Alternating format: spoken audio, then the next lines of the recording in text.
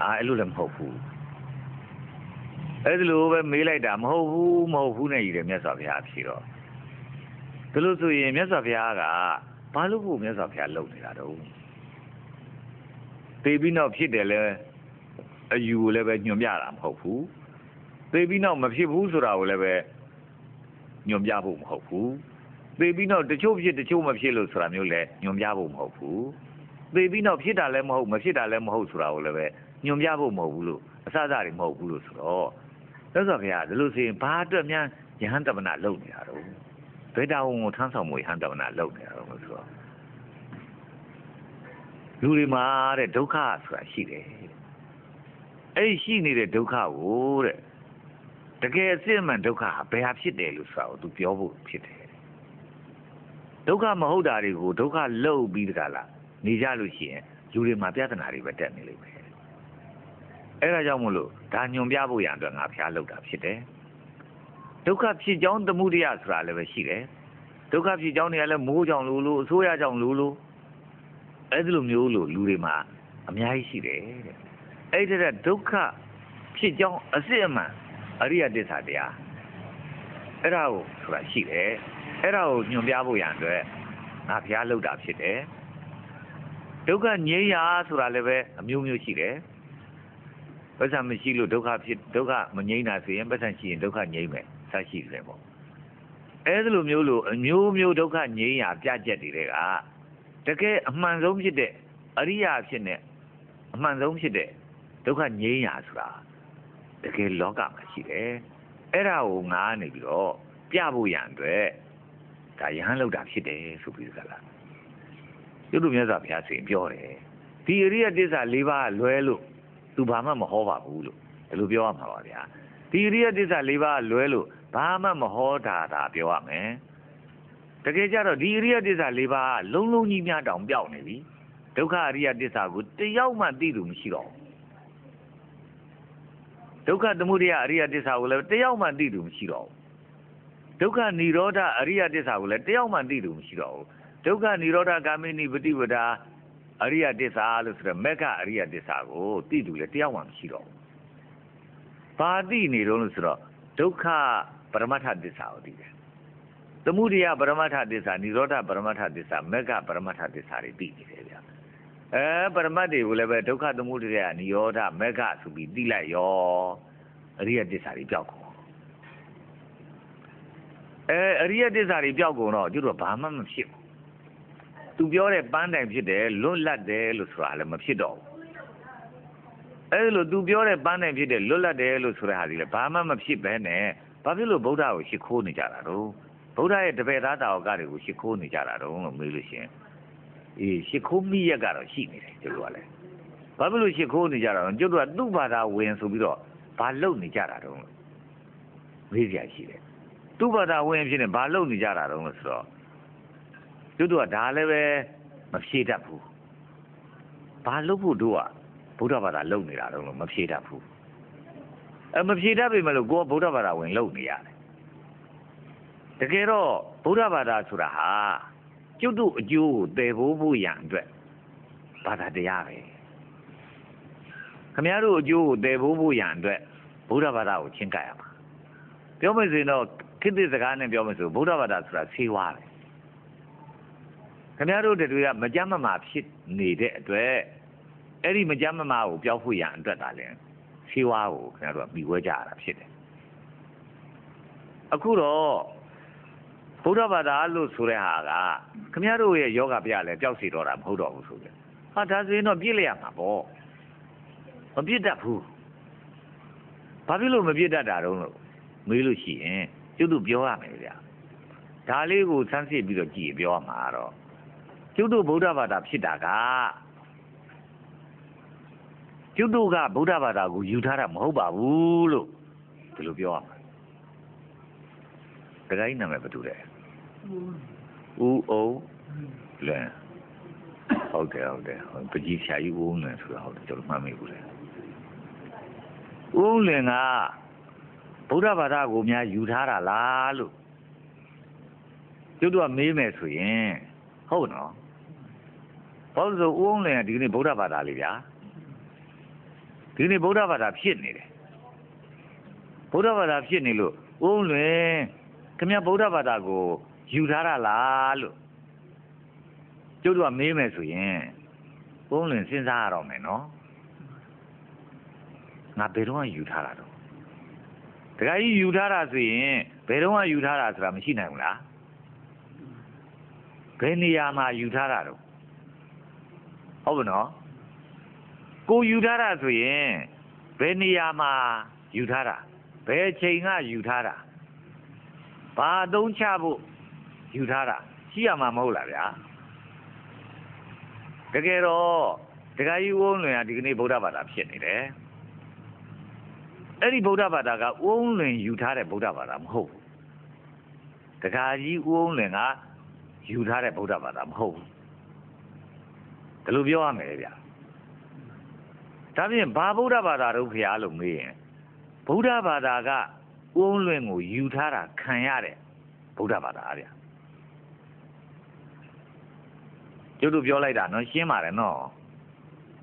ဦးလွင်ဆိုတဲ့ဟောဒီတကာကြီးကိုဗုဒ္ဓဘာသာကယူထားတာဟုတ်ပြီနော်ဗုဒ္ဓဘာသာက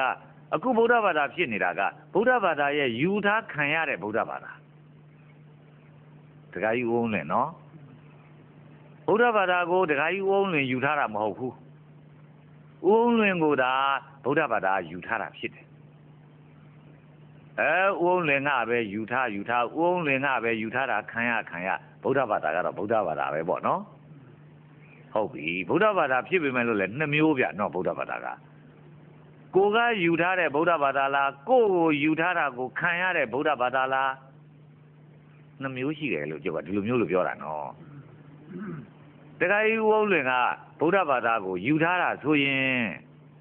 ဘယ်တော့မှယူထားတာလို့ပြောနိုင်ရလိမ့်မယ်နော်ဘယ်နေရာမှာယူထားတာလို့လည်းပြောနိုင်ရလိမ့်မယ်နော်ဘာအကြောင်းချက်နဲ့အသုံးချဖို့ယူထားတာလို့လည်းပဲပြောနိုင်ရလိမ့်မယ်နော်ပြောနိုင်ပါမလားမပြောနိုင်ဘူးအဲ့ဒါလို့မပြောနိုင်တာကိုထောက်ကြည့်ရင်တခါကြီးဦးလွင်ယူထားတဲ့ဗုဒ္ဓဘာသာဟာတခါကြီးဦးလွင်ကယူထားတဲ့ဗုဒ္ဓဘာသာမဟုတ်ဘဲနဲ့တခါကြီးဦးလွင်ကိုယူထားတဲ့ဗုဒ္ဓဘာသာရဲ့အယူခံရလို့ဗုဒ္ဓဘာသာဖြစ်နေတဲ့ဗုဒ္ဓဘာသာပါလို့ပြောမယ်ဗျာနော်ဒါဆိုရင်မကျေနပ်เสียများရှိအောင်မလားဗျမကျေနပ်เสียရှိလို့မဖြစ်ဘူးဗျာနော်ဒါကျတို့အဖြစ်ရဲ့အတိုင်းအမှန်ကိုကျတို့ကပြောလိုက်တာနော်ဗုဒ္ဓဘာသာငါတို့ဖြစ်နေတာတော့မှတို့ကယူထားတာမဟုတ်ဘဲနဲ့တို့ကိုယူထားတာခံရတာနဲ့မို့လို့တို့ကဗုဒ္ဓဘာသာဖြစ်နေရတာပါလားလို့ဒီလိုပြောရမှာပေါ့ဗျာနော်ဗုဒ္ဓဘာသာရဲ့ယူထားတာခံရလို့ဗုဒ္ဓဘာသာဖြစ်နေတယ်လို့ဆိုရင်ဒါလည်းပဲဘုန်းကြီးစိတ်မငယ်နဲ့နော်အကုန်လုံးပါဗျာနော်ခမည်းတယောက်တည်းဖြစ်နေတာမဟုတ်ပါဘူးဟုတ်ကနော်ဒီဘက်ကတကကြီးကနာမည်ပေးသွားပြီဦးထွန်းကျော်ဗုဒ္ဓဘာသာဟုတ်ကဲ့လားဗုဒ္ဓဘာသာဟုတ်တယ်ဦးထွန်းကျော်ရောဗုဒ္ဓဘာသာကိုများယူထားတာလားဗုဒ္ဓဘာသာရဲ့ယူထားတာကိုများခံရတာလားဗုဒ္ဓဘာသာရဲ့ယူထားတာခံရတာဒီဘက်ကဦးသားအောင်နော်ဦးသားအောင်လည်းဗုဒ္ဓဘာသာဟုတ်ပါတယ်နော်တခါကြီးဦးသားအောင်ရဲ့ဗုဒ္ဓဘာသာကော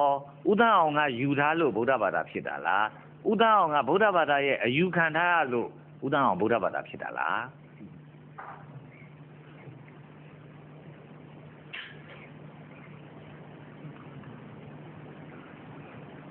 သူတို့ဦးသားအောင်ကတော့မဖြေဘူးဗျာ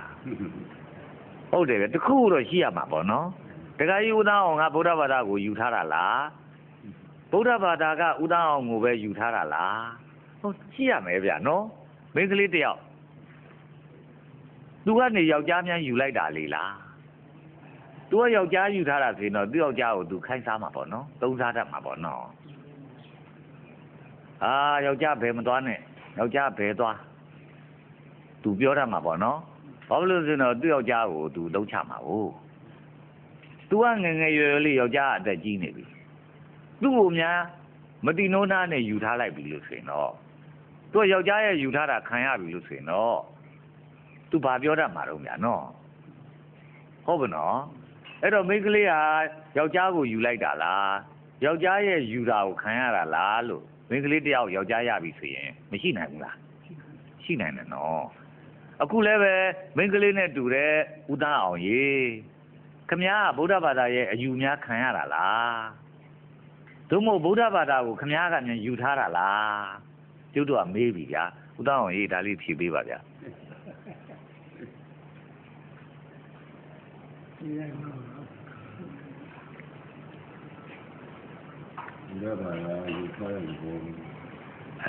ဟုတ်ပြီဖြည်းဖြည်းသေးသေးတွေးတွက်ကြည့်နော်ဗုဒ္ဓဘာသာရဲ့ယူထားတာခံရတယ်လို့ပြောရမှာဗျာနော်တကယ်လို့သာဦးသားအောင်ကဗုဒ္ဓဘာသာကိုယူထားတာဆိုရင်ဦးသားအောင်ဘာသုံးချဖို့ယူထားတာလဲဗျာလို့မေးရင်ရွေချက်ရှိရမှာပေါ့ဗျာနော်ဘာမှသုံးမကြပဲနဲ့အမိုက်တရိုက်တွေဘယ်သူယူကြလို့လဲဗျာအိတ်ထောင်နဲ့ဘယ်သူမှမထည့်ဘူးဟောဘောပင်ဆိုထည့်တယ်လက်ကိုက်ဘွားဆိုထည့်တယ်ဗျာနော်ဘာလို့ဆိုရင်တော့ကိုနှက်စီးလေးပါလေးထွက်လို့ရှိရင်သိန်းရတုတ်ရတာကိုလက်ကိုက်ဘွားလေးဆိုတော့နော်တုတ်ကြတာကိုဘာမှသုံးမကြတဲ့အမိုက်ဖတ်တွေကောက်ထည့်ထားမှဆိုဒီကောင်ယူလာဟာဆိုပြီးတော့ဟုတ်ဘူးနော်ကိုကယူထားတယ်ဆိုရင်အတုတ်ကြလို့ယူထားတာခံရတာအမေကဘုရားကျောင်းသွားတယ်ကျုပ်တို့လည်းခေါ်သွားတယ်